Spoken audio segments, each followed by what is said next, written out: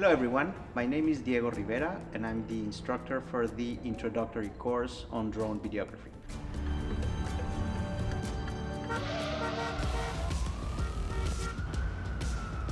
The purpose of the course is related to three main aspects of flying a drone.